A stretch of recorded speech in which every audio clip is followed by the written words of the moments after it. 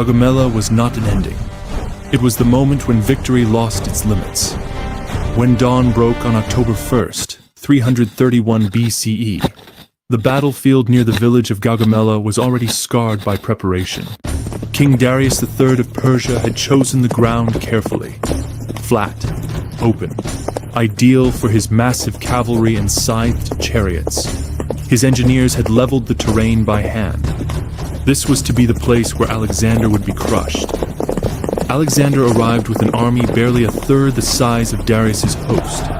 Roughly 40,000 infantry, 7,000 cavalry, veterans hardened by years of campaigning, but still vastly outnumbered. Across the plain stood the full might of the Achaemenid Empire, perhaps 200,000 men, drawn from every corner of Persia's dominions. Medes, Bactrians, Armenians, Indians, a living map of empire. Alexander knew the odds. He also knew his enemy. The battle unfolded with calculated audacity. Alexander refused the center, drawing Persian forces outward, stretching their line thin. When the gap appeared, just for a moment, he struck. The companion cavalry surged forward like a spearhead, Alexander at its tip. They smashed through the Persian center, aiming not for the army, but for the king. Darius fled. It was the third time.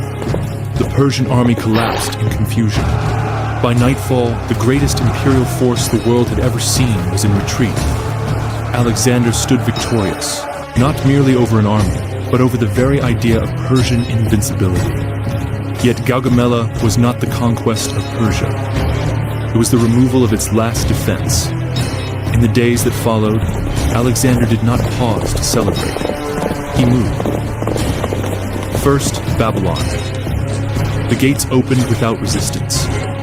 Priests in white robes came out to greet him, offering crowns and gold.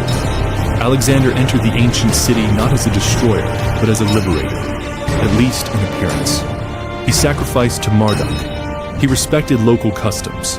Babylon, jewel of Mesopotamia, was his. Then, Susa. Another royal capital, another treasure trove. Here, Alexander seized one of the greatest hoards of wealth in human history. Tens of thousands of talents of gold and silver accumulated over generations of Persian kings.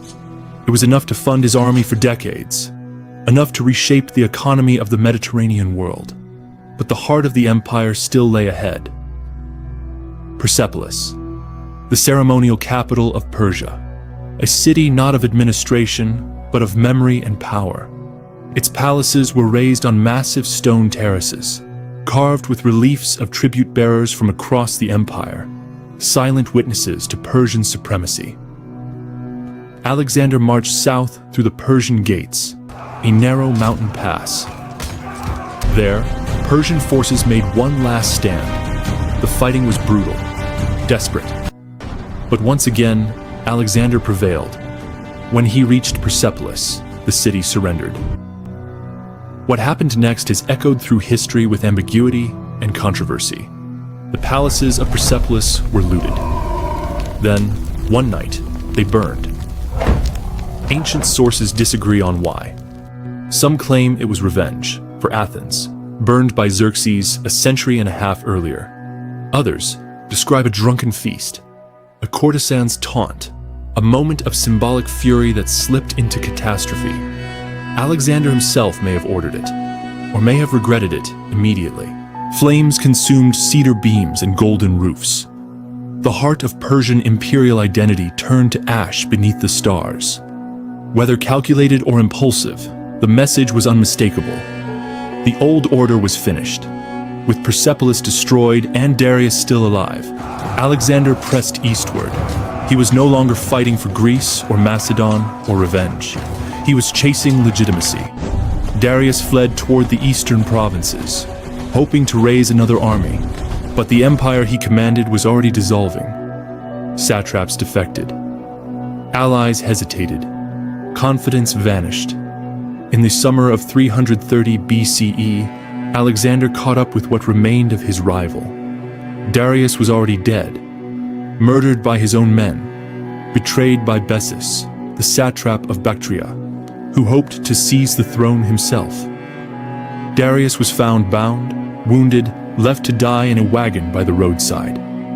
Alexander arrived too late to save him. According to the accounts, Alexander covered Darius's body with his own cloak. He wept.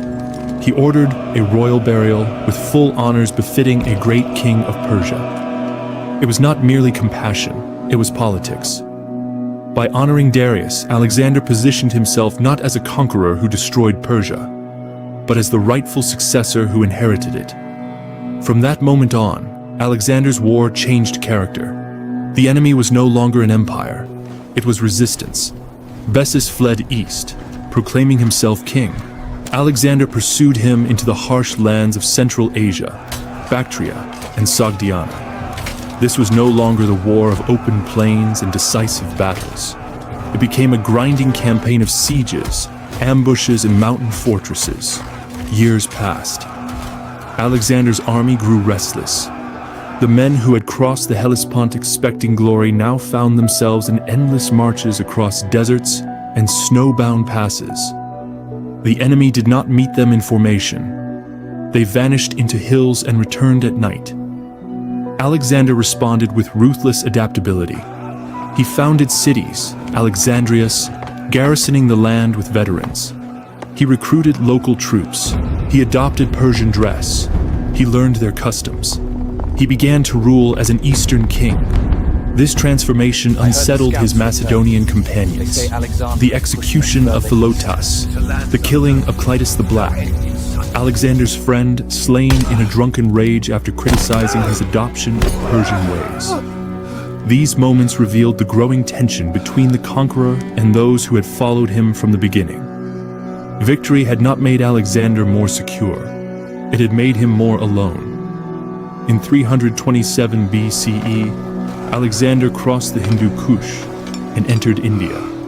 There, at the Battle of the Hydaspes, he faced King Porus, another formidable opponent. The battle was hard fought. Alexander won again, and once again he chose incorporation over annihilation, reinstating Porus as a subordinate ruler. But the end was near. When Alexander reached the Hephaestus River, his army refused to go further. They had marched thousands of miles.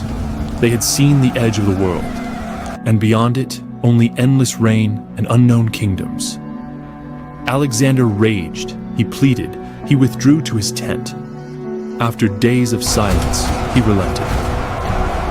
The march turned back. The period after Gaugamela reveals the true nature of Alexander's greatness and his contradictions. Militarily, Gaugamela was the decisive blow. After it, no army could stop him. But conquest did not end the struggle. It transformed it. Alexander became not just a general, but a ruler of unimaginable diversity. Greeks, Persians, Egyptians, Central Asians, Indians. His strategy shifted from destruction to integration. He preserved Persian administrative systems. He retained satraps. He adopted royal titles. He encouraged intermarriage between Macedonians and Persians. At Susa, he himself married into the Persian nobility. To some, this was visionary. To others, betrayal. Ancient historians were divided even then. Arrian admired Alexander's restraint and ambition. Plutarch emphasized his character, his brilliance, but also his volatility. Curtius Rufus painted a darker picture, a man corrupted by power, increasingly autocratic, intoxicated by his own myth. What is clear is that after Gaugamela, Alexander no longer fought limits imposed by enemies. He fought the limits of governance, identity, and ambition. His empire had no precedent. It stretched farther than any before it, but it rested almost entirely on him. There was no clear succession plan, no stable institutional framework strong enough to survive his death. Alexander sought unity of cultures, of peoples, of worlds. Yet unity imposed by conquest is fragile. His vision was vast, but time was short. He died in Babylon in 323 BCE, not yet 33 years old. Within a generation, his empire fractured, yet the world he shaped did not disappear. Greek language and culture spread across the Near East. Cities he founded endured for centuries. Trade routes expanded. Ideas moved more freely than ever before. The Hellenistic world was born not from stability, but from the shockwave of one man's unstoppable momentum after Gaugamela. Alexander's victory at Gaugamela did not give him peace. It gave him everything, and demanded even more in return. It turned a conqueror into a king into a symbol, and a symbol into a question that history still asks. What happens when ambition outpaces limits?